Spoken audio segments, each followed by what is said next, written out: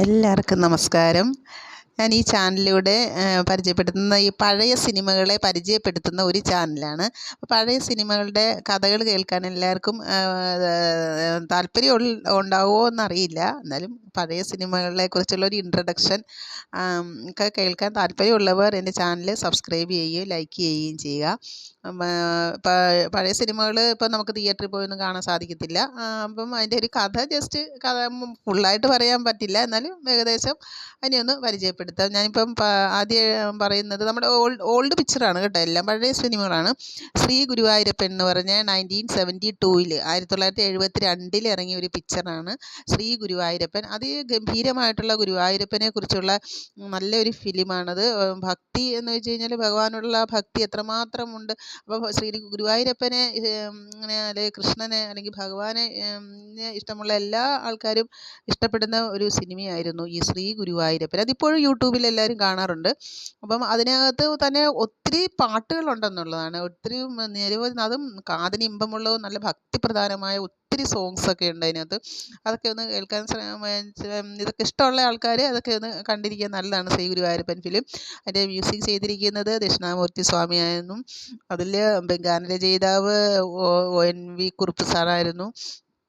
പിന്നെ അതിനകത്ത് അഭിനയിച്ചിരിക്കുന്നത് ജെമിനി ഗണേശന്, ശാരദ, കവിയൂർ പൊന്നമ്മ, തൈക്കുറിശ്ശി, ജോസ് പ്രകാശ്, നിരവധി ആൾക്കാർ അതിനകത്ത് അഭിനയിച്ചിട്ടുണ്ട്. സിനിമ നല്ല ഭംഗിയുള്ള സിനിമ. ആദ്യം തന്നെ അത് ഗുരുവായൂർ ക്ഷേത്രം എങ്ങനെയുണ്ടായെന്നുള്ള ഒരു ഐതിഹ്യം അതിങ്ങനെ കാണിക്കുവാണ്. ഭഗവാൻ സ്വർഗ്ഗാരോഹണം ചെയ്തതിന് ശേഷം വിഗ്രഹം എവിടെ പ്രതിഷ്ഠിക്കണമെന്ന് ബൃഹസ്പതി ഉദ്ധവരോടും പറയുന്നു. ഉദ്ധവരുടെ നിർദ്ദേശപ്രകാരം ഗുരുവായ ബൃഹസ്പതി വായുദേവനും കൂടി അത് ശിവപാർവതിമാർ താണ്ഡവമാടിയ സ്ഥലത്ത് കൊണ്ട് പ്രതിഷ്ഠിക്കുന്നതും അങ്ങനെ ഗുരുവായൂർ എന്ന് പേരുണ്ടായും. അങ്ങനെയുള്ള നല്ല ഭക്തിപ്രധാനമായിട്ടുള്ള ഒരു പിക്ചറാണ് ഈ ശ്രീ ഗുരുവായൂരപ്പൻ എന്ന് പറയുന്നത്.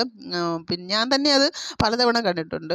എൻ്റെ കുട്ടിക്കാലത്തൊക്കെയാണ് ഞങ്ങളുടെ തിയേറ്ററുള്ള അടുത്ത തിയേറ്ററിലൊക്കെയാണ് കണ്ടിരിക്കുന്നത്. അപ്പോൾ നിങ്ങൾ പലരും അത് കണ്ടിട്ടുണ്ടാവും. പിന്നെ ഒരു ഇൻട്രഡക്ഷൻ, പഴയ സിനിമയുടെ ഒരു ഇൻട്രഡക്ഷൻ. പിന്നെ നമുക്ക് അതിനകത്ത് ഒത്തിരി ഭക്തരുടെ കാര്യങ്ങൾ പറയുന്നുണ്ട്. ജനമേജയൻ്റെ കുഷ്ഠരോഗം മാറ്റിക്കൊടുത്ത കഥയുണ്ട്. പിന്നെ മേൽപ്പത്തൂർ നാരായണ ഭട്ടതിരി നാരായണീയം എഴുതി വാതരോഗത്തെ പൂർണ്ണമായും മാറ്റിയ കഥയുണ്ട്. പൂന്താനം തിരുമേനി പൂന്താനം തിരുമേനിയുടെ കഥയായിട്ട് ബന്ധപ്പെട്ട് അതും പറയുന്നുണ്ട്.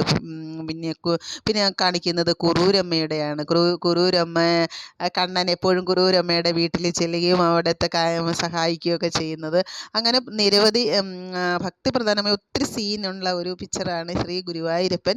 ശ്രീ ഗുരുവായൂരപ്പൻ്റെ ഭക്തർക്ക് കാണാൻ പറ്റിയ ഒരു പിക്ചറാണ് ശ്രീ ഗുരുവായൂരപ്പൻ. പിന്നെ വില്ലുമംഗല സ്വാമിമാരുടെ ഇത് പറയുന്നുണ്ട്. മഞ്ജുള മാല ചാർത്തി നടയടച്ചതിന് ശേഷം വന്നു കഴിഞ്ഞപ്പോൾ മാല ചാർത്താൻ പറ്റാതെ വരിക. പൂന്താനത്തിൻ്റെ നിർദ്ദേശപ്രകാരം വെളിയിലുള്ള ഒരു ആൽമരച്ചുവട്ടിൽ മേലിൽ ഒരു ശിഖരത്തിൽ മാല അണിക്കുക. മാല രാവിലെ ഭഗവാന്റെ കഴുത്തിൽ കാണുന്നതും അതൊക്കെ ഭക്തിപ്രധാനമായ ഒത്തിരി സംഭവങ്ങളുള്ള നല്ലൊരു സിനിമയായിരുന്നു ഈ ശ്രീ ഗുരുവായൂരപ്പൻ. പിന്നെ ലാസ്റ്റ് കാണിക്കുന്ന പൂന്താനം തിരുമേനിയെ ഭഗവാൻ വന്ന് വൈകുണ്ഠത്തിലോട്ട് കൊണ്ടുപോകുന്ന ഒരു രംഗമാണ്.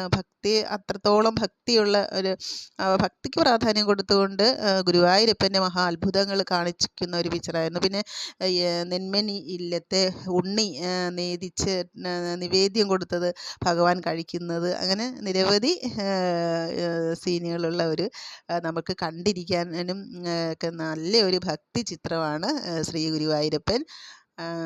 അപ്പം ഇങ്ങനെ ഉള്ള നമുക്ക് നമ്മുടെ പഴയകാല സിനിമകളെക്കുറിച്ച് ഒരു ഇൻട്രഡക്ഷൻ. പിന്നെ കഥ കൂടുതലായിട്ട് പറഞ്ഞു കഴിഞ്ഞാൽ അത് ഒത്തിരി സമയം നമ്മൾ കഥ വരും. അങ്ങനെ അത് കേട്ടിരിക്കാൻ ഇഷ്ടമുള്ള ആൾക്കാർ ഈ ചാനലൊന്ന് സബ്സ്ക്രൈബ് ചെയ്യുക. Okay, thank you.